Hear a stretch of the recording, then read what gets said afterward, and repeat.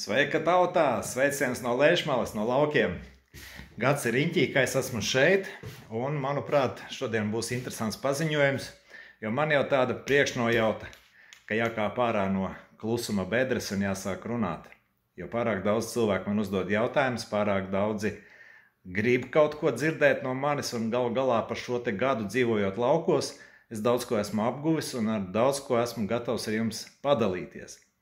Proti iedvesmot jūs, mazliet mēģināt skatīties uz dzīvi savādāk, varbūt padomāt par to, kad pienāks mirklis un jūs tomēr saņemsieties un arī aizbrauksiet no pilsētām, kurās paliek aizvien grūtāk un grūtāk dzīvot.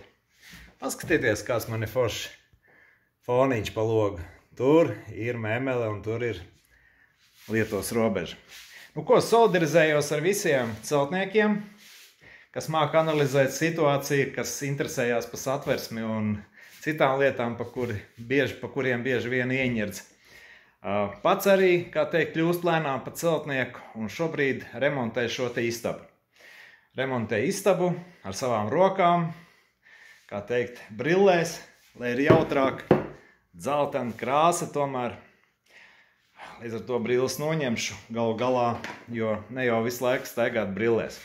Kāpēc es to daru? Jo šeit es esmu ieplānojis izveidot ne tikai savu istabu, bet arī nelielu improvizētu studiju, no kurienes, es domāju, itin bieži es raidīšu kaut kādas jaunumus, interesantas lietas, runāšu ar prātīgiem cilvēkiem un mēģināšu kaut kādā veidā līdzēt tiem, kuri to vēlās. Galu galā mums ir jāapzinās, cik mēs esam šeit. Tie, kuri ir noturējušies pret visām viltībām, kuras mums gāžās virsū. Tāpatās mums arī jāvalk ārā tie, kurus vēl var izvilkt. Tie, kuri saprot, kas ir ar viņiem izdarīts iepriekšējā laikā, kuri nav ar mieru un kuriem varās acis vaļā un kuri sāk saprast notiekošo.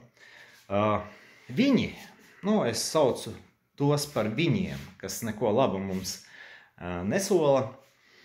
Viņiem ir savi plāni, no kuriem viņi nav atteikušies, un arī es šobrīd šeit jūtos diezgan labi, tāpēc, kad gadu atpakaļ es pieņēmu lēmumu kļūt sev par saimnieku un aizvākties no pilsētas un dzīvot tomēr laukos, būt pašpietiekamam, svaigāk gaisā ar iespējām izdzīvot. Nu ko, ja reiz es te ierunājos, tad šodien jau rekur parādīšu mums. Ir izdzīts uz skatuves, jā?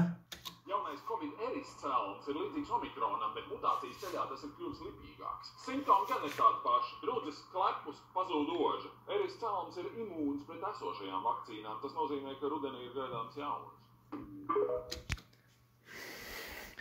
Viņš ir izdzīts uz skatuves, paziņot visiem, ka tuvojās tas tur.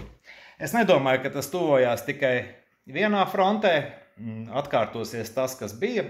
Bet tas nāks ar vēl visādiem papildinājumiem, kuriem jābūt ir gataviem. Tie, kuri seko notikumiem pasaulē, kuri tur rokas pulsa, apmēram viss ir skaidrs. Bet daudzi vēl dzīvo pilnīgā bezpaņā, kas notiek, vēl skatās panorāmu, vēl lasa Delfus. Ir viena daļa, kur vairs neko nevar izdarīt, viņu ceļš, kā teikt, ir iezīmēts, bet tie, kuri saprot notiekošie, kuri grib pret to kaut kādā veidā cīnīties, izglābt sevi, izglābt savus radiniekus, savus bērnus, savu dzimtu turpināt, viņiem ir jāpieņem pavisam citi lēmumi, viņiem jādarbojās, jāseko līdzi un jāpretojās. Tā kā šodien es paziņoju to, kad itin bieži parādīšos, mēģināšu pārlauzt savu kautrību, tomēr ņemt rokās telefonu un rakstīt šādus video. Lai visiem jauka diena! Tiksimies pavisam drīz un itin bieži. Es ceru, ka mums būs interesanti kopā pavadīt laiku. Mēs iegūsim daudz ko interesantu. Čau!